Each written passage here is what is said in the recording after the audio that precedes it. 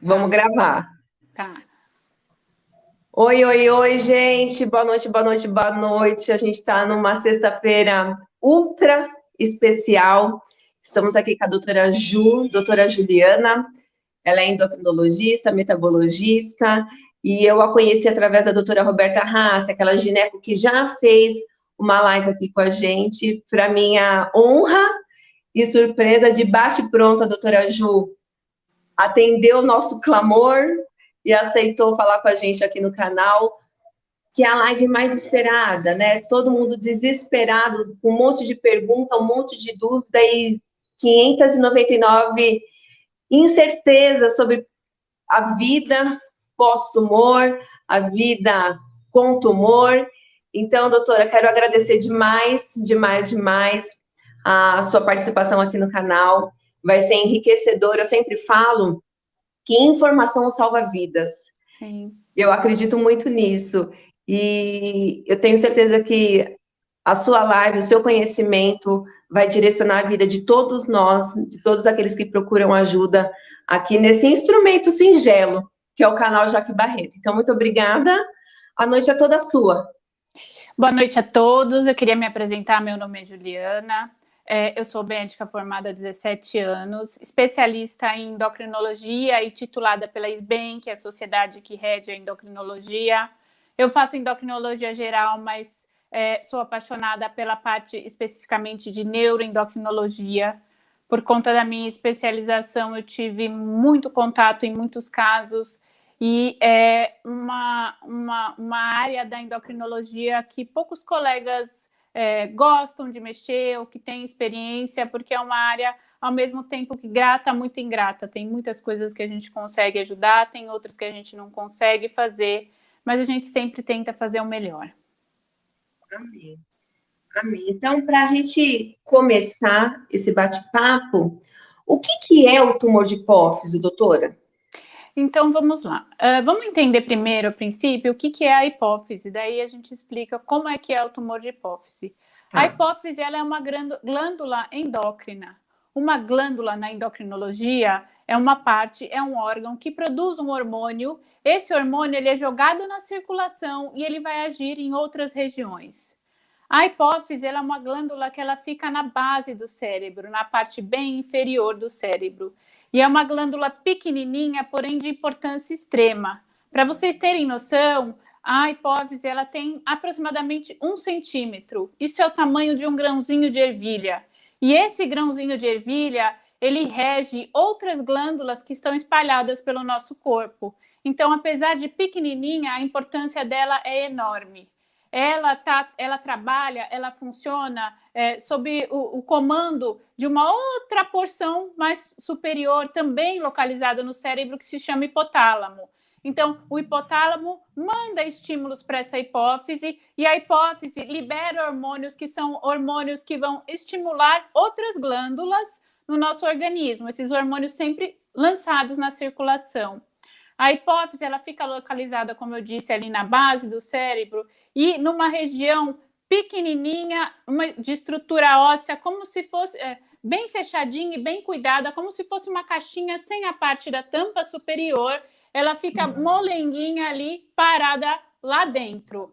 Essa hipófise ela é dividida em 2 porções. Uma porção dela se chama adenohipófise e outra porção, que é a mais posterior, que é a mais para trás, se chama neurohipófise.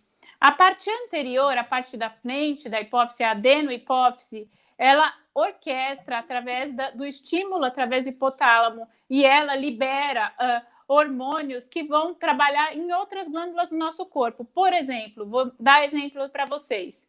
A gente tem a hipófise produzindo um hormônio que se chama ACTH. Esse ACTH cai na circulação e o ACTH vai atuar lá nas glândulas suprarrenais, que são outras glândulas endócrinas responsáveis pela produção de cortisol, que está relacionado a uma série de equilíbrios que depois nós vamos conversar mais para frente a respeito.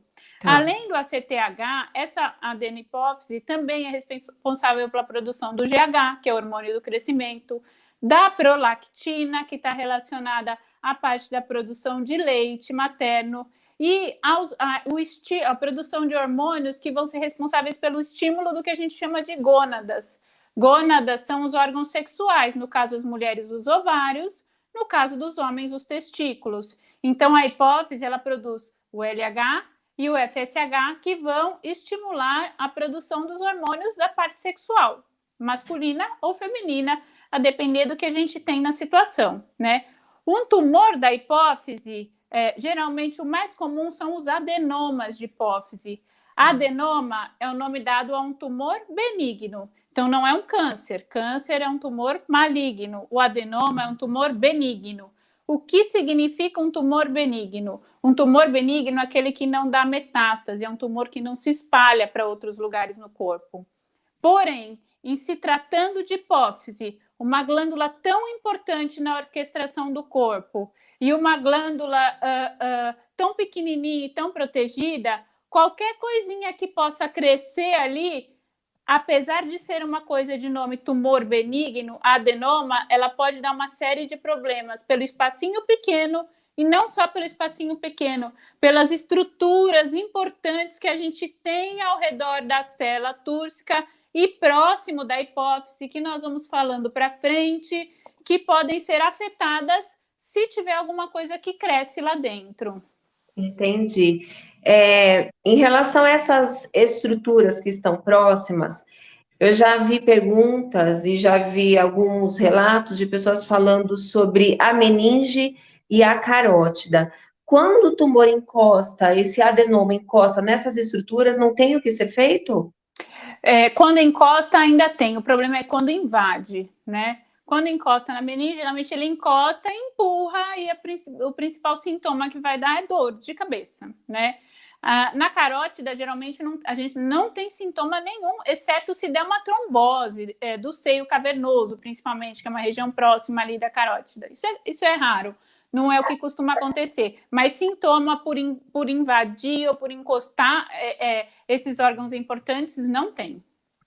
Porém, é uma coisa importante saber disso, porque você invadir ou não invadir uma carótida ou ficar próximo de um seio cavernoso pode ser o definitivo no futuro de se a gente vai ter um tratamento para frente curativo ou não, entendeu? Entendi. E levando tudo isso em consideração, qual que é a expectativa de vida que nós temos? A gente vive bem? A gente vive bastante? A gente vive normalmente? Com controle vive bem, vive normalmente, mas como é um espectro grande de coisas que acontecem dentro de um tumor de hipófise, desde tamanho, pequeno ou grande, comprime ou não comprime alguma estrutura. E outra coisa importante que a gente não falou ainda, esse tumorzinho, esse adenoma benigno, pode ou não produzir hormônio. Então, ele pode... como esses tumores são geralmente provenientes de origem ali embrionária de células da própria hipófise que ficaram meio malucas e começaram a crescer, algumas dessas células que ficaram meio malucas e começaram a crescer, não só cresceram, como produzem aquele hormônio de base que já vinha da hipófise mãe ali, que deveria trabalhar normalmente. Entendeu? Entendi. Então, esse tumor de hipófise, ele não tem fator genético, não é porque você passou muito nervoso, ou toma uma medicação. Não tem uma origem definida? Genético, sim. É um defeito que a gente não sabe exatamente por que aconteceu. Você nasceu com aquilo que vai fazer uma célulazinha que era boa da hipófise, ficou maluca e começou a produzir. Agora, são duas coisas diferentes aí que você acabou perguntando. Genético, sim, mas causa externa que seja responsável por esse tumor aparecer, não. Um nervoso, um remédio, uma coisa assim, não. Tá, então provavelmente, doutora, desculpa a minha ignorância aqui, eu vou perguntando para tentar entender. Não, é claro. Provavelmente a gente já nasce com esse negócio aí e ao longo da vida ele vai desenvolvendo? Nasce com a predisposição genética, nasce com um probleminha no gene que pode se manifestar ou não. A gente não sabe exatamente se por quem você se manifestou, porque no paciente tal se manifestou, mas se essa alteração genética se manifestar e as células se proliferarem de maneira desenfreada e desequilibrada, aí sim se forma o tumor. o que é o Cushing? O Cushing, doença de... quando a gente... Falando em Cushing, a gente está falando quando é de causa da hipófise, é um probleminha que se chama doença de Cushing. O Cushing em si, sem falar em doença de Cushing, são manifestações no nosso corpo, então são sinais clínicos no nosso corpo de excesso de cortisol. Porém, o excesso de cortisol pode ter diferentes causas. O mais comum deles é o uso exógeno de cortisol. Então, muitas pessoas que tratam asma, que usam algumas pomadinhas, que usam aqueles remédios, têm um cortisol elevado e tem Cushing, mas daí não é a doença de Cushing pelo excesso de cortisol. Tem pessoas que têm tumor na própria suprarrenal, que é quem produz o cortisol, que também tem Cushing, mas não é a doença de Cushing da hipófise. O Cushing da hipófise, que é a chamada doença de Cushing, é as células que eram normais ali inicialmente da hipófise, que eram normalmente responsáveis por produzir o ACTH, que é aquele que eu falei lá no começo, que ia estimular a suprarrenal a produzir o cortisol, se proliferaram demais, fizeram um adenoma produtor do ACTH, tem ACTH demais, estimula demais a suprarrenal e dá excesso de cortisol e as consequências do excesso de cortisol no organismo por conta disso. Tá. E quando a produção do ACTH ela é diminuída ou zerada no organismo, o que acontece? Aí é o contrário, aí o tumor não leva à diminuição. A diminuição do ACTH geralmente acontece quando, num pós-operatório, depois que fez cirurgia, de repente, que tirou o tumor e acabou tirando junto célula normal produtora de ACTH, isso pode acontecer não só com o cortisol, como também com os outros hormônios que fazem parte dos rolos de hormônios produtores da hipófise, como também pode acontecer quando a gente tem um tumor muito grande naquela célula, naquela caixinha assim, a tampa que eu falei, o tumor cresce, e o tumor são de células diferentes, esmaga a nossa hipófise normal. E nessa de esmagar essa hipófise normal, acaba atrapalhando com que as células normais da hipófise produzam os hormônios normalmente, né? Mas no caso desses tumores que esmagam, que são os macroadenomas que acabam determinando a baixa de todos os hormônios da hipófise, quando isso acontece, mais especificamente, a queda da produção do ACTH é uma das últimas. Existe uma sequência, conforme o tumor vai esmagando, que geralmente segue, que a do ACTH é uma das últimas. Diferente de quando a gente tem processos inflamatórios da hipófise, como hipofisites, né? Inflamações da hipófise, que ela fica meio atordoada e às vezes, em alguns casos, para de produzir alguns hormônios, aí sim, nesses casos de hipofisite, geralmente a produção do ACTH é uma das primeiras a serem comprometidas. A gente está com o pessoal aqui já participando, tem a Jaque Almeida, a Edna Silva, a Lilian Silva, o Wilton Silva, a Ana Rios, a Rosângela, a Estela, a Raquel disse que você é uma ótima profissional. E aí, a Ana Rios perguntou assim, doutora, tive sangramento no nariz desde criança, só fiquei bem quando eu tive meu filho aos 21 anos, será que já era do tumor? Não, provavelmente ela continua não. tendo sangramento às vezes. Não, o sangramento antes da cirurgia não tem nada a ver com a questão do tumor. Pode ser alguma coisa da digitação da própria mucosa ou de vasinho do nariz. Depois do tumor, às vezes pode ter sim um sangramento, às vezes fica até babando aquele sangue meio pisado, aquele sangue meio claro, mas é por conta do acesso da cirurgia, né? Quando faz a cirurgia, a maioria das cirurgias o doutor Neuro que participou deve ter explicado para vocês que a maioria delas, quando é possível, é por via transfenoidal. Entra aqui, por baixo da boca e vai entrar, porque a hipófise está lá aqui, ó, bem lá no meio do cérebro. Então, entra por aqui, aí entra aqui na frente, a gente tem um seio da face que é todo aerado e por conta desse trauma, às vezes fica saindo líquido e pelo acesso ser pelo nariz, fica saindo líquido por aí, mas não tem nada a ver. O sangramento antes e o sangramento depois da cirurgia é uma coincidência e não são da mesma causa. E esse sangramento, ele pode ocorrer por tempo indeterminado? Não é por tempo indeterminado, tem que parar um tempo e geralmente, se não para, não é o sangramento. Às vezes fica saindo um líquido clarinho pelo nariz, que daí é líquor, é outro tipo, aí faz uma fístula, faz uma ligação de outro líquido que banha o cérebro com essa região.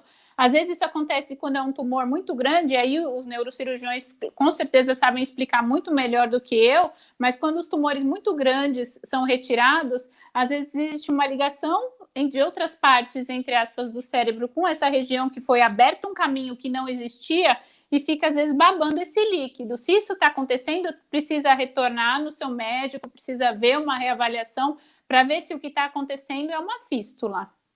Tá ótimo. Essa fístula tem também um tempo determinado? Bom, se eu fiz a cirurgia hoje, daqui a um ano, se enquanto eu não resolver o problema da fístula, ela vai continuar lá e vai ficar babando, entendeu? Tem que realmente fazer esse diagnóstico. Tá ótimo. E aí, agora a gente quer saber sobre a acromegalia. Né? A acromegalia é bastante dificultosa para a gente, porque ela dá uma transformação, assim como o Cushing também, mas eu acho que a acromegalia ela é mais agressiva na transformação que além de tudo, né, fisiológico, né, que acontece no nosso corpo, a transformação que a gente sofre, né, é um negócio que choca. Sim, sim.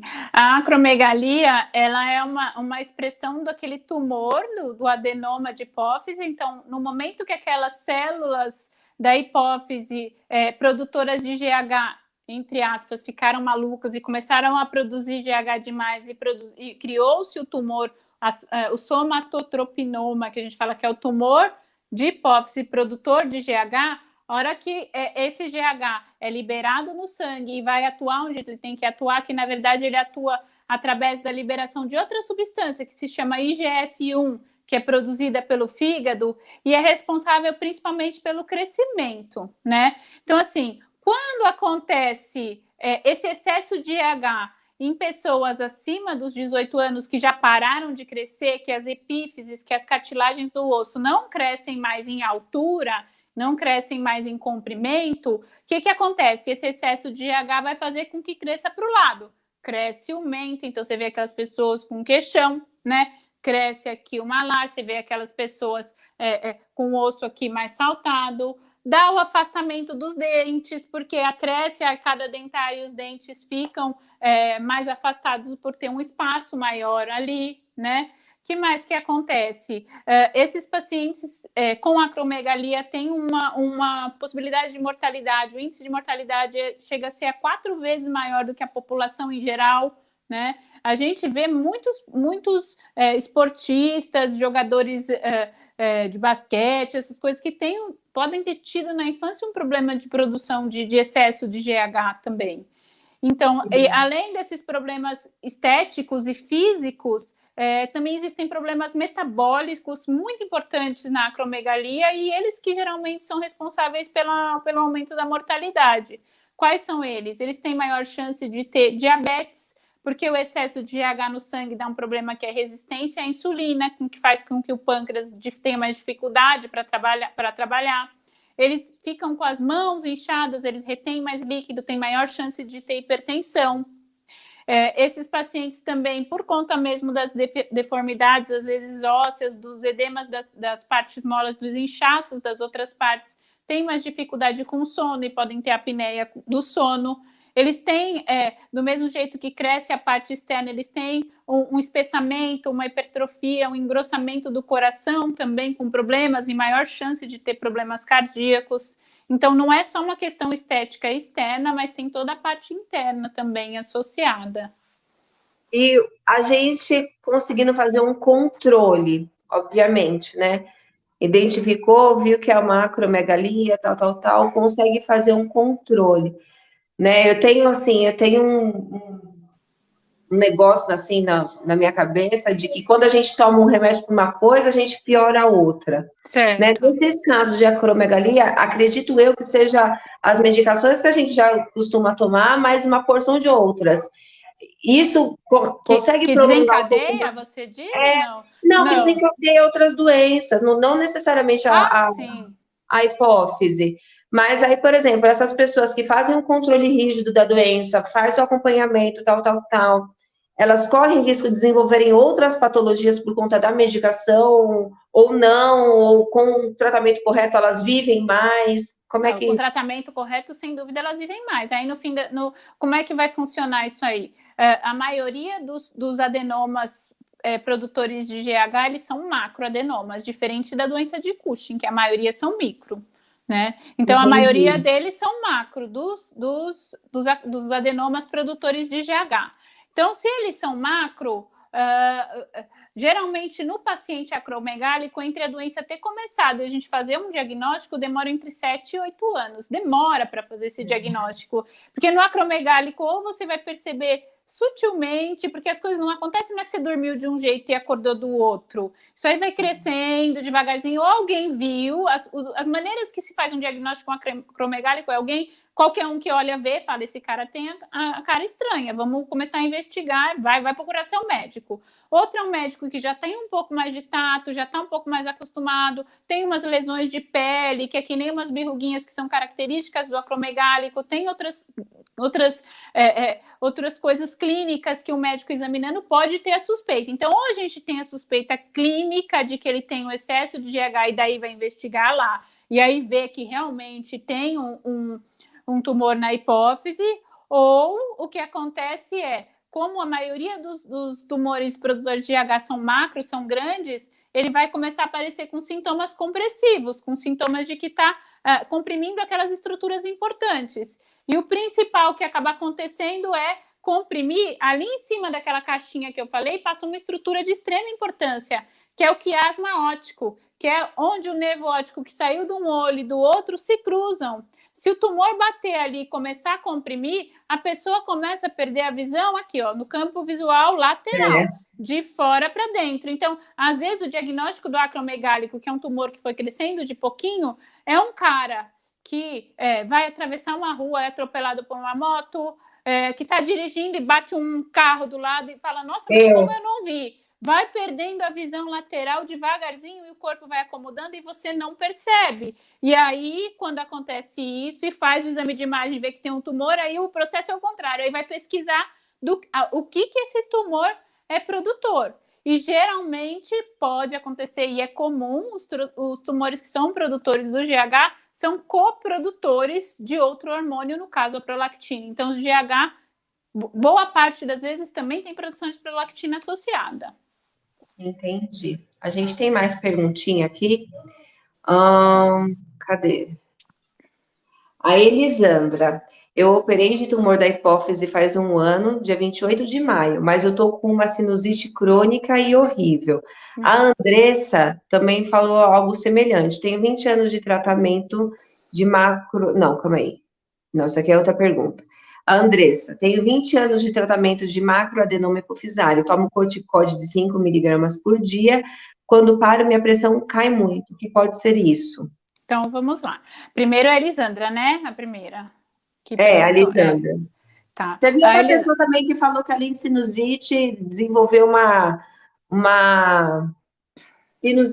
rinite e sinusite depois da cirurgia. É exatamente por isso. O seio da face geralmente é um lugar fechadinho, que ninguém mexe, está protegido, está lá quietinho, e que de repente alguém abriu, cutucou para poder acessar o tumor, e aí foi um lugar que ficou exposto. E geralmente, para tratar isso daí, mesmo tratando, pode ser que tenha recorrência, precisa tomar antibiótico, o antibiótico certo e no tempo correto. Precisa ser feito isso. E mesmo fazendo isso, limpa às vezes o seio da face e depois tem sinusite de novo. Pode ser que tenha sinusite sim de repetição por causa disso. Entendi.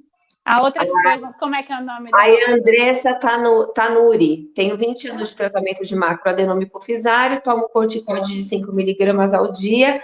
Quando paro, minha pressão cai muito. O que pode ser isso? Andressa, o que pode ser é que você ficou com o que a gente chama de hipopituitarismo, pan-hipopituitarismo. Provavelmente o seu adenoma, o seu macroadenoma é aquele caso que a gente acabou de explicar. Na hora que fez a cirurgia, tirou o tumor e tirou a parte da hipófise que também era produtora de ACTH. Então, você não vai produzir mais cortisol por sua própria conta, porque aquele gatilho, aquele comando para a sua suprarrenal de produzir o cortisol, que era o ACTH, não existe mais, porque foi retirado na cirurgia. E tome mesmo, você tome mesmo o corticoide, não fique brincando de querer retirar, é uma medicação que você vai precisar de uso contínuo. Isso aí é risco de vida, você ficar sem ele, pode cair a pressão, pode alterar a glicemia, você pode ter uma convulsão e entrar em coma por conta de ter tentado retirar. Nem tente. Tem que fazer, se tiver realmente acontecido isso que eu te falei, você vai precisar dele, e não só isso. Toda vez que passar por um processo de estresse maior, for passar por um procedimento cirúrgico, um procedimento dentário, tiver com resfriado, tiver perto de TPM, momentos de estresse maior, vai ter que ainda por cima aumentar a dose desse cortisol, porque isso acontece normalmente no nosso organismo quando ele está se orquestrando sozinho, né? Quando a gente tem a nossa hipófise, a gente passa por um estresse, a suprarrenal, através do estímulo do ACTH, produz mais cortisol. Se você não tem essas células para fazer isso, você não tem esse caminho, então vai te dar um problemão se você não aumentar essa dose, se não der esse excesso, esse a mais, que seria o normal num organismo funcionando com as células normalmente. E eu vivi isso, porque quando eu cheguei no hospital, antes de operar, eu estava com todos os meus sinais vitais muito baixos, uma hipoglicemia violenta. Então, os médicos começaram a correr com medo de eu entrar em coma. Aí, mas você está bem? Você está bem? Eu falei assim, tô, só estou me sentindo cansada. Né? Então, eles não entendiam. E em relação a TPM, o mês passado que eu com a doutora Roberta começamos um tratamento de reposição bioidêntica. Enfim, eu menstruei e quase fui parar no hospital de tão mal que eu passei. Então, mas eu não estava fazendo a reposição do cortisol corretamente. Então, agora eu já sei que, por exemplo, 2 dias antes eu aumento a dosagem, tomo mais água, depois eu... Né? É impressionante. É porque a hipófise funcionando de maneira adequada, quando não tem nenhum problema, é uma glândula tão linda, por isso é tão lindo estudar isso, e ela se orquestra com altos e baixos de acordo com o nosso organismo, com a nossa demanda, que é muito difícil a gente fazer isso artificialmente, né? É muito difícil a gente fazer isso. Eu falo que é o meu maior sofrimento, porque o que antes o meu cérebro fazia sozinho, agora eu tenho que identificar e ainda fazer a dosagem. É complicado. Mas vai ter que ser assim para sempre, então aprende. Mas dá qualidade de vida. Graças a Deus, é melhor ser assim do que não estar aqui para ser, né? Exatamente. Ó, a Raquel Neves, você já falou sobre o assunto, mas acho que ela ainda não estava. Ela colocou aqui. Em relação ao adenoma de hipófise, pode ter um fator genético? Quando tem caso na família, qual a probabilidade? Qual seria a melhor forma para rastrear a possibilidade de desenvolvimento? Raquel, um beijo, você é uma querida. Ela que eu falei que é a físio que acompanhava a minha avózinha de 95 prazer, anos. Raquel. Que a mãe dela operou lá no Mandaqui também, que eu tentei dar um suporte. Só não sei quem que operou ela, não sei esse detalhe, Raquel. Depois você conta pra Jaque aí. Conta, então, que eu tô curiosa. Raquelzinha, eu vou ser bem clara e objetiva com você. Como a sua mãe, que eu já sei que era um macro não produtor e já descobriu, já com perda de visão, né? Passou no oftalmo algumas vezes aí. Se você não fizer um exame de imagem, a gente não vai saber se você, que deve ser essa sua angústia, tem essa chance de ter ou não. Então, como a sua mãe não produzia nada, existe a chance é pequena, não sei te dizer em número exatamente agora, mas posso te responder depois qual é a estatística exata que tem de possibilidade para você, como filha no macro não produtor, ter. Possivelmente mais para frente vale a pena dar uma fuçada num exame de imagem, sim. Aí, no caso, a ressonância de célula, não é qualquer exame de imagem também, porque de repente, dependendo do tipo de exame que você faz, fala não tem nada. Não tem nada porque não foi o exame mais adequado. Não se esqueçam que a célula tem 1 centímetro. Dependendo do que exame que você faz, não enxerga essa coisinha de 1 centímetro. Doutora, então, aproveitando esse gancho, para nós que temos filho, é importante depois de um tempo fazer essa investigação só por via das dúvidas? Não, independe. Isso aí, eu acho que ela está perguntando isso só por conta do histórico da mãe dela. Ela deve estar angustiada, pensando assim, que eu sei que ela é uma menina jovem, puxa, será que eu tenho a chance de ter isso e passar por tudo isso e começar com o quadro de visão numa hora que o tumor já tá grande, que é o histórico natural de diagnóstico desses tumores, né? Entendi. Um outro tema também bastante polêmico é sobre as medicações. A gente sabe que mais antigamente tinha o Parlodel, depois veio a cabergolina, tem algumas injeções. Qual que é o melhor método, doutora? Então, Você está falando de método medicamentoso ou quando se indica cirurgia? Você quer saber do Primeiro remédio, né? medicamentoso. Aí já pode juntar uma coisa com a outra. Vamos tentar juntar tudo para tentar explicar, né?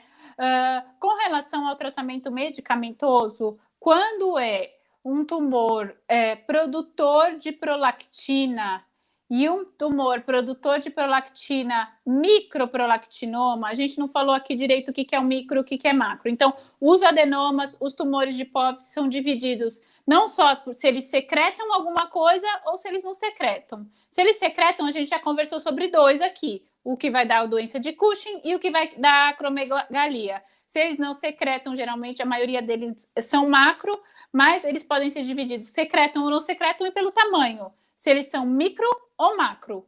O micro, ele é menor do que 1 centímetro. Lembra que eu estou falando micro menor que 1 centímetro de uma glândula de 1 centímetro. Sim. E os macros são maiores que 1 centímetro, ou seja, um macro tem um tamanho maior do que a própria hipófise, né? Então, os microprolactinomas, a maioria deles, grande parte deles são os produtores de prolactina. Esses, o tratamento é geralmente medicamentoso. Geralmente não. Todos deles não é tratamento cirúrgico com microprolactinoma. O tratamento é medicamentoso. E o medicamento que a gente usa é a cabergolina, né? O medicamento de eleição, né, que é o Dostinex, o nome comercial mais conhecido. Tem outros, hoje em dia já tem o Carbetrix, hoje em dia já tem o genérico mesmo. É uma medicação que, quando todo o protocolo for cumprido e tudo certinho, é fornecida pelo sistema de alto custo, pelo SUS, né? Se tiver toda a documentação, todos os exames, e o controle e o tratamento e acompanhamento desse microprolactinoma, só tratamento com remédio, ele costuma sumir, secar e às vezes não tem mais tumor e a pessoa tem vida normal na sequência. A gente está falando do micro produtor de prolactina. Quando a gente fala de...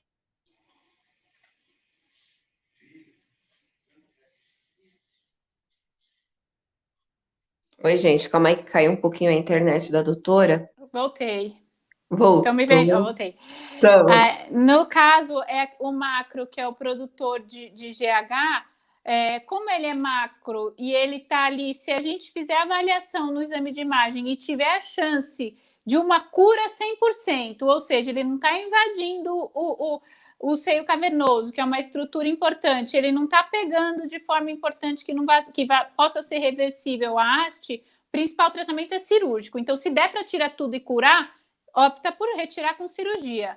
E em outros casos, por exemplo, você sabe que não vai ser curativo 100%, está invadindo, já perdeu grande parte da visão, está invadindo a região que não deveria, é uma paciente que não suporta cirurgia, então pacientes mais idosos com outras comorbidades que não dá para fazer cirurgia, aí sim o tratamento é feito com medicamento. Isso nós estamos falando no caso do macro, do macro, um tumor de tamanho de maior que 1 centímetro, produtor de GH na acromegalia. Aí sim usa aquelas medicações que são as injeções, né?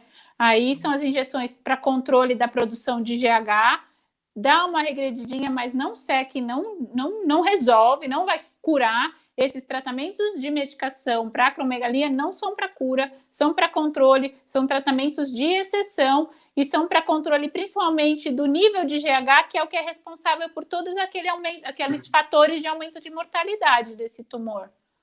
Entendi. Ô, doutora, para a gente entender melhor a questão dos tratamentos e procedimentos cirúrgicos, como é que funciona a radioterapia ou a radiocirurgia? São coisas iguais ou distintas? São em que situação que se aplica? A situação também é, nesses casos de exceção, não vai conseguir tirar com a cirurgia, não vai conseguir tirar todo de uma vez, precisa fazer alguma coisa, o paciente não aguenta a cirurgia, é um tumor que está chegando perto, está encostando para comprimir ali o nervo e a gente precisa só fazer uma coisa rápida de resolver para diminuir um pouquinho o tamanho do tumor e que não dá para fazer cirurgia. Uma outra situação para fazer a radioterapia fiz a cirurgia e na hora de cirurgia eu vi que não ia conseguir tirar tudo, né? Sobrou o restinho do tumor, estava invadindo algum canto, aí faz essa rádio complementar para ver se consegue secar, queimar esse restinho de tumor que ficou aí. Geralmente é isso, não é a primeira escolha de todas. A primeira escolha de todos é Se for um microprodutor de prolactina, até um macroprodutor de prolactina é medicação. Se for outros casos, cirurgia, se der para retirar tudo, essa é a primeira opção. Nós temos um colega que ele operou, o tumor dele era super grande também, um macro gigantérrimo, tirou, acho que ficou 60% do tumor, e ele em 2 meses começou a fazer aquela produção excessiva de prolactina, e os médicos agora estão sugerindo a radioterapia, a radioterapia. Daí é complementar para tentar secar, mas assim, não é como processo curativo, né? Aí a gente vai cabergolina não vai funcionar nesses casos. A cabergolina usa por enquanto antes de conseguir fazer a radioterapia, né? Mas ela não é ela que vai resolver. Não é ela que vai resolver. Temos a pergunta da Silvana Oliveira. Doutora, meu filho de 30 anos operou um tumor. Eu preciso de óculos também, calma aí. Meu filho de 30 anos operou um tumor de hipófise por 2 vezes. Meu filho de 13 anos pode ter esse problema de tumor? Não entendi sua pergunta, Silvana. Ela tem um de 30 que operou 2 vezes, aí tem que ver qual é o tumor de hipófise que ele operou, se ela puder falar, né? Porque... E o filho de 13, né? Se vai ter ela quer saber se o de 13 vai ter ou não. Mas para eu saber se vai ter ou não, às vezes fala que o tumor é de hipófise, mas tem outros tumores que entram dentro da célula Turski que não são de hipófise, mas que acabam comprimindo a hipófise, por exemplo, o crâniofaringioma, que é mais comum em criança, ele não é primário da hipófise, ele não nasce na hipófise, mas ele vai para dentro da hipófise e sai destruindo tudo, né? Ele não é um que empurra, ele é mais invasivo, mas ele não se inicia na hipófise. Então, precisava entender, no caso dessa pessoa que perguntou especificamente, qual tipo de tumor de hipófise, porque como a gente está conversando aqui desde o começo, falar em tumor de hipófise é uma coisa tão ampla, que a gente tem que ir individualizando para poder falar qual que é a melhor situação para cada um, qual que é a melhor conduta para cada um, né? Tá. A Lilian Silva falou assim, a hipófise pode ficar inflamada em apenas um lado dela durante anos e ainda apertando o quiasma óptico, porque teve um médico que falou que não era tumor que eu tenho, e sim uma inflamação. Eu posso usar contraste na ressonância? Isso pode afetar no diagnóstico? Você pode usar contraste na ressonância caso você não tenha alergia ao contraste, não pela hipófise, sim, não há problema usar o contraste. Calma aí, doutora, só um minuto, que eu não estou enxergando, calma aí. Eu não posso usar contraste na ressonância. É uma afirmação, ela não pode usar contraste. Isso pode afetar no diagnóstico? Pode sim. O contraste, ele diferencia, porque o contraste ele é captado pelo que é tecido normal da hipófise. Então, na hora que você faz a imagem sem e com contraste, sem contraste, os dois são iguais. Na hora que joga contraste, o contraste cora exatamente delineadinho aonde que é o tecido da hipófise. Então, você sabe se o outro é tumor, se não é, se é hipófise ou se não é. Se é só uma hipófise inflamada, é tecido de hipófise do mesmo jeito, então vai captar contraste. Se é tumor, não. Agora, precisa entender por que ela não pode usar esse contraste da ressonância. O contraste da ressonância é gadolínio, não é contraste iodado. Tá certo que existe uma reação cruzada entre gadolínio e o contraste iodado, que é o que é usado na tomografia, por exemplo, mas existe a possibilidade, de repente, se for muito importante fazer esse exame, fazer uma dessensibilização, fazer um tratamento antes do uso do contraste, né? Se for tão importante esse contraste para o diagnóstico, e daí fazer o exame. Nossa, eu nem sabia que existia essa possibilidade. Sim. Doutora, hoje foi levantado um tema nos grupos falando da indicação de antialérgico antes de fazer ressonância. Isso procede? Mas, assim, aleatório? Aleatório. Imagina, se é uma ressonância sem contraste, da rinite sinusite que eu sempre tive, né? Muito inflamada e tal. Então, teve uma situação que eu tive que tomar. Mas eu não sei, não né? tem essa indicação. Sempre quando você vai fazer uma ressonância, e quem já fez sabe disso, se fez num lugar idôneo, eles te dão um papel para preencher, né? Eles falam, você tem alergia a isso, tem alergia, por que você está fazendo o exame, por que você não está? Então, a própria pessoa que vai ver aquele papel vai falar, você tem que tomar isso, você não tem que tomar isso, você pode fazer, você não pode fazer, né? Não faz da cabeça, porque alguém falou antes, porque acho que não é bem por aí, não. Tá.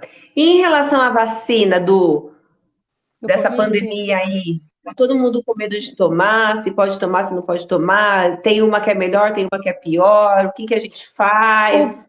Gente, o bom é estar vacinado. Eu agradeço se você tiver a oportunidade de tomar essa vacina. Não fique escolhendo muito, quem muito escolhe e fica sem. Teve a oportunidade, toma, e quem tem tumor de hipófise não tem contraindicação para tomar. Pode tomar sim.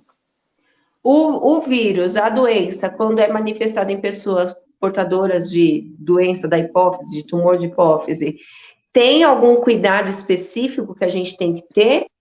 Não pelo fato de ter tumor em hipófise em si, mas aqueles pacientes, principalmente pós-operatório, que têm a deficiência do cortisol, que é aquilo que a gente acabou de conversar, tem que tomar mais cuidado, porque eles têm que aumentar a dose do cortisol, tem que manter o equilíbrio a mais, porque não consegue ter o próprio equilíbrio de reação do organismo. Aí sim. Agora, o paciente, o microprolactinoma, o paciente que tem o tumor ali e está só acompanhando e levando, não tem, não. É o tratamento normal. Normal. Igual para todo mundo. Exato. Tá, então, pessoal, agora a doutora vai responder algumas perguntas mais específicas de pessoas que conversaram comigo ao longo da semana, ao longo do dia. E a gente tem a Estela. A Estela é uma menina de 26 anos e ela tem já um problema lá de secreção na mama já desde adolescente, enfim. Ela também tem algum problema para dormir, né? Síndrome do pânico. Ela toma uma medicação específica, aquela que eu passei para a senhora em box, aquela medicação, e o médico passou melanina para auxiliar. Melatonina. Isso. Para auxiliar no sono. Ela pode tomar, doutora? Por causa da hipófise, não tem problema dela tomar melatonina. Agora, só tem que avaliar direitinho qual que é esse problema real do sono que ela tem e se realmente o ideal não seria ela, de repente, trocar essa medicação e avaliar melhor o que acontece com esse sono dela, por que ela não consegue ter esse sono, do que ir lá e uma medicação associa a outra em cima. Precisa de uma avaliação mais próxima, mais individualizada disso aí. A Aline descobriu o tumor no ano passado, ela estava gestante, e aí, enfim, foi um perereco só, porque ela se sentiu muito mal, ela ficou muito acamada, teve parada cardíaca, enfim. E ela está se tratando no Hospital de Barretos. Teve aquela pausa por conta da pandemia, e depois ela conseguiu e vai fazer a cirurgia. A cirurgia dela está marcada para daqui a 10 dias. E o medo dela justamente é pelo Covid. O que a senhora acha? Então, é o seguinte, o tumor dela é um tumor grande. Como é que é esse tumor dela? Você tem essa informação? Não tem, né? Então, é um macroadenoma. Se é um macroadenoma que está comprimindo e que precisa ser feita a cirurgia logo, a gente tem que pesar risco-benefício. Os hospitais estão equipados, e agora que a gente está num momento um pouco mais avançado da pandemia, que consegue entender um pouquinho melhor como é que funcionam as coisas, separar as coisas. Se o médico dela indicou que dá para fazer a cirurgia agora, é porque ele entende que o risco dela ficar com o tumor é muito, e ter uma complicação. Que complicação é essa? Comprimir o quiasma, ela perder a visão de vez, ter algum tipo de sangramento dentro do próprio tumor. Quando isso acontece, funciona como um AVC, sangra dentro do próprio tumor, nisso que sangra, o tumor cresce de uma vez só e comprime tudo, e ela pode ficar cega por conta disso. Então, se na avaliação do médico que está acompanhando ela falou assim, vamos marcar e fazer a cirurgia, possivelmente é porque o risco dela ficar com aquele tumor é muito maior do que o risco dela contrair Covid. Mas nós sabemos que, diante da situação que a gente está vivendo, qualquer um está exposto, por mais que se tome cuidado, mas tem que se tomar os mínimos de cuidado, né? Na verdade, ela estava falando que é um macroadenoma que já está comprimindo o quiasma óptico de uma forma que os médicos não entendem, ela está enxergando ainda.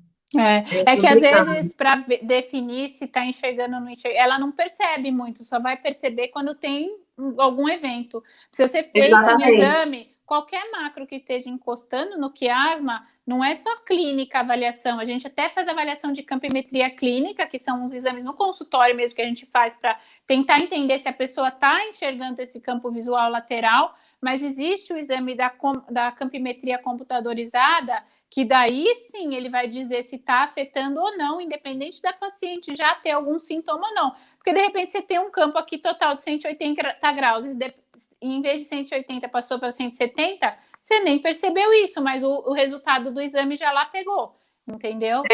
Comigo foi mais ou menos assim, porque eu percebi assim o comprometimento, mas eu não fazia ideia de como era. Aí até que um dia eu fui dirigindo, eu fui virar o carro assim, eu peguei o motoboy, não matei ele, graças a Deus, ele levantou e foi embora. Mas ali eu falei assim, então agora quando eu vou dirigir, eu tenho que virar completamente meu corpo para enxergar. Mas é interessante que depois de um tempo que você perdeu essa parte da visão, ou que depois da cirurgia, pelo fato de ter tirado o tumor e ter puxado e pegado um pouquinho no nervo, que você perdeu esse campo, com o tempo você vai aprendendo e o corpo se adapta. Você não volta a enxergar, né? Quando é um dano permanente, você não vai voltar, não tem essa ideia. Mas aprenda que você vai se adaptar. Então você vai, olha para um lado, olha para o outro, e daí vai virar um hábito como era anteriormente. Você nem percebe que você está fazendo isso. Com você deve ser assim, não é? Totalmente assim. Não, essa falha que eu tô tendo de enxergar já é uma coisa natural, né? A gente vai, né? Eu trabalho muito com coisas que usam muita visão, ela vai ficando cansada, é uma visão cansada, fica bagunçado. Mas o de enxergar, hoje já não me faz diferença nenhuma, essa parte aqui, porque eu já consegui adaptar. Certo. Calma aí, que o pessoal tá falando. Doutora, pelo amor de Deus, o pessoal tá falando, calma aí. A Elisandra falou que com o mês que ela tinha operado, ela pegou Covid e foi horrível. Imagina. A Aline falou que fez a campimetria e deu um leve comprometimento. A Estela está falando aqui, está assistindo a gente. Doutora, estou há 1 ano sem menstruar. Iniciei a cabergolina há 3 meses e ainda não desceu. É normal? É normal. Refiz os exames e a prolactina e os outros hormônios normalizaram. Eu vou explicar por quê. É porque quando fica um tempo sem menstruar ali, com a prolactina alta, a partir do momento que você começa a tomar o remédio, primeiro a prolactina baixa. Depois que a prolactina baixou, os hormônios que essa prolactina estavam atrapalhando de funcionar, que no caso dela, como mulher, é o LH e o FSH, vão começar a orquestrar e trabalhar. E eles vão começando devagarzinho, não vão começar naquele ritmo que era o normal, né? E a partir do momento que ele começa a repreparar, reensinar o seu útero a começar a funcionar e produzir aquela parte interna do útero que se chama de endométrio, que é quem descama no período do ciclo, no período da menstruação. Então, às vezes, demora um pouquinho, tanto para esse orquestramento dos hormônios voltar, como para preparar o útero para você ter um ciclo novamente. Pode acontecer isso sim. Tá, antes da gente entrar no assunto que toda mulher está descabelando para saber... Ai, gente, a gente tem 10 minutinhos quase. Calma aí, vamos organizar. A Jaqueline de Sorocaba tem uma hipofisite. O neuro sugeriu que ela fosse ao reumatologista. Vou te explicar. Hipofisite não é um tumor de hipófise, mas quando é visto no exame de imagem, confunde muito com um tumor de hipófise, porque como toda ite, é uma inflamação da glândula hipófise. Então, a hipófise dela é pequenininha, todo mundo sabe quando tem uma inflamação de qualquer outro lugar do corpo, por exemplo, da garganta, que às vezes fecha a garganta. Quando tem uma inflamação da hipófise, ela incha a estufa, fica bolachuda, assim como a haste dela, que ela é que nem uma gotinha fina, a haste fica gordinha e a hipófise fica gordinha.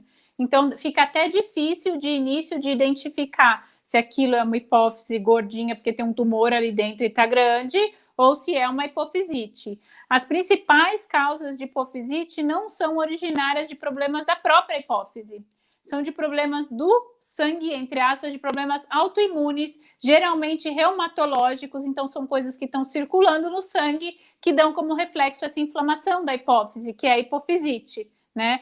Então precisa identificar se existe esse problema autoimune reumatológico, para daí tratar esse problema autoimune reumatológico que está ali no sangue, que está causando como consequência a hipofisite. Então, é uma consequência de outro problema, por isso que o médico dela mandou para o reumatologista. Não é um caso E de é só o cirurgia. reumatologista que consegue diagnosticar isso? Não, qualquer um que mexa com essa parte de hipófise e que saiba, que tenha noção, que tenha tato com isso, porque como é uma coisa incomum, inclusive hipofisite é bem pouco comum, precisa ir passar numa consulta ou de um endocrinologista ou de um reumatologista que saiba essa parte de neuroendócrino e que saiba quais exames são necessários para fazer esse diagnóstico. E mesmo fazendo toda a avaliação da parte reumatológica, às vezes não se chega a uma conclusão exata de qual é essa causa da hipofisite e muitas vezes só se chega à conclusão depois que de uma cirurgia, por exemplo, o paciente que se achou que era um tumor, tirou ali, viu, ixi, não era tumor, é uma hipofisite, né? Muitas vezes precisa ser feito tratamento empírico, né, que geralmente é feito com corticoide, porque não se achou a causa da hipofisite. Tá, então o tratamento é sempre medicamentoso. Sempre medicamentoso. Tá. A Ana Rios, também um pouco antes, tinha falado o seguinte, ela foi no neuro, o neuro perguntou a opinião de um endócrino sobre um tratamento medicamentoso para tumor de hipófise que tinha dado 30% de PRL. Não sei o que é isso. É o seguinte, tem duas possibilidades aí no caso dela. Ela deve ter feito a cirurgia da hipófise, na hora que tirou o tumor, ele faz uma análise daquele material que eles tiram, faz uma análise que chama imunohistoquímica. Essa análise, ela vê qual receptor que tem nesse tumor, que é aquilo que eu falei lá no comecinho, ele vê proveniente de qual célula que ficou maluca que veio esse tumor, né?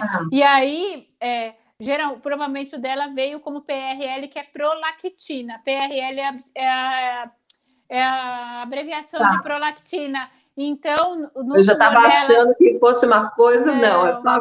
Quando fez a imunohistoquímica, viu que ele é produtor. Mas aí tem que ver, era só prolactina ou ele era um GH com prolactina, que são co-secretores, que é comum de acontecer. Mas geralmente, se sobrou tumor lá ainda e teve essa na imunohistoquímica, viu que tinha prolactina, que tinha receptor para prolactina, dá para tentar o uso da cabergolina, do Dostinex nesses casos. Mas tem que avaliar um a um, ver que nível que está de prolactina. É muito variável, não tem um quadradinho para seguir nesses pacientes de tumor de hipófise. Você tem que pegar, raciocinar em cima de um deles e daí tratar em cima disso. E a última questão do nosso tema, pelo menos até agora, é sobre gestação. A Daiane, por exemplo, perguntou se existe alguma vitamina que a gente possa tomar para estimular a gestação. Como é que funciona tudo isso, doutora? Num paciente com tumor de hipófise, vitamina O. Infelizmente, eu queria te dar essa resposta para você ficar feliz e achar que ia dar tudo certo, mas vitamina correlacionada à possibilidade de gestação por causa do tumor de hipófise, não.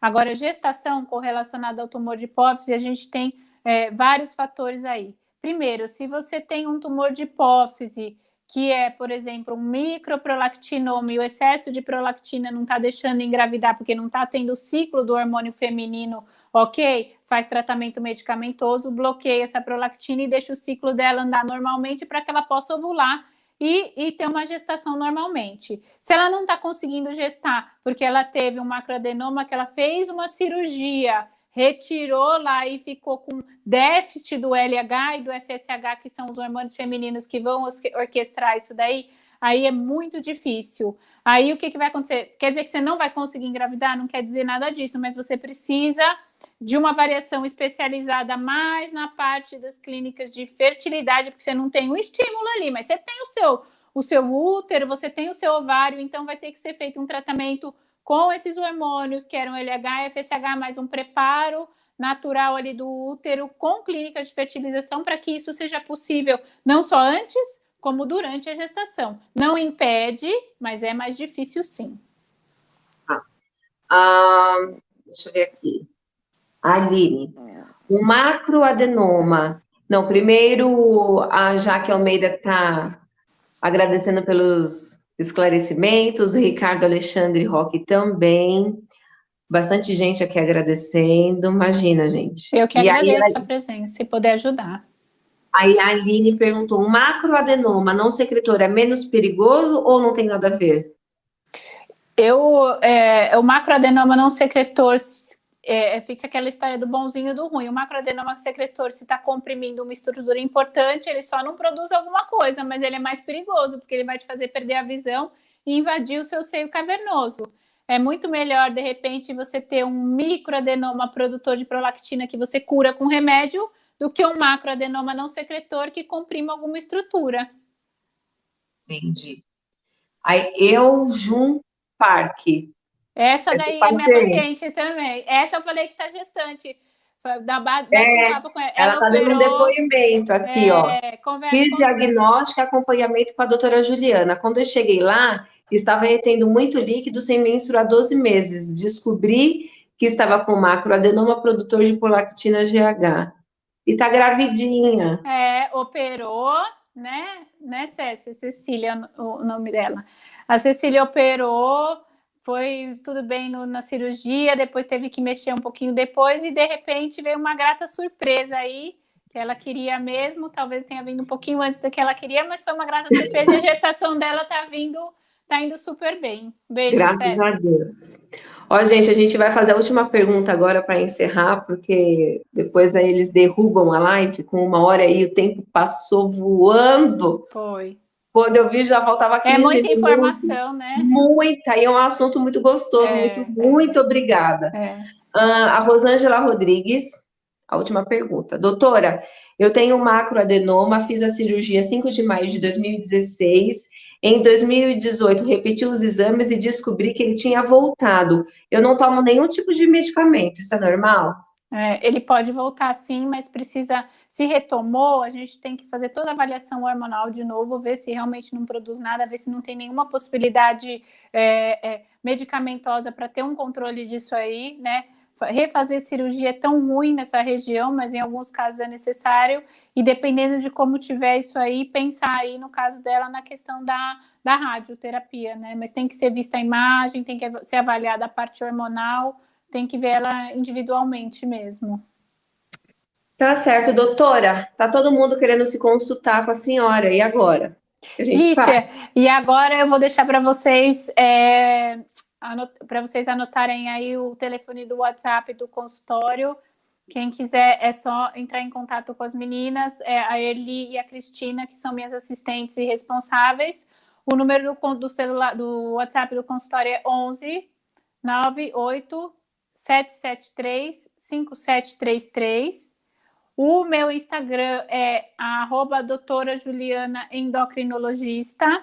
E o telefone fixo do consultório, para quem quiser também, é 011, fica em São Paulo, próximo do Hospital das Clínicas, é 43280053 ou 43280054. Tem uma Como outra que chama a sua clínica?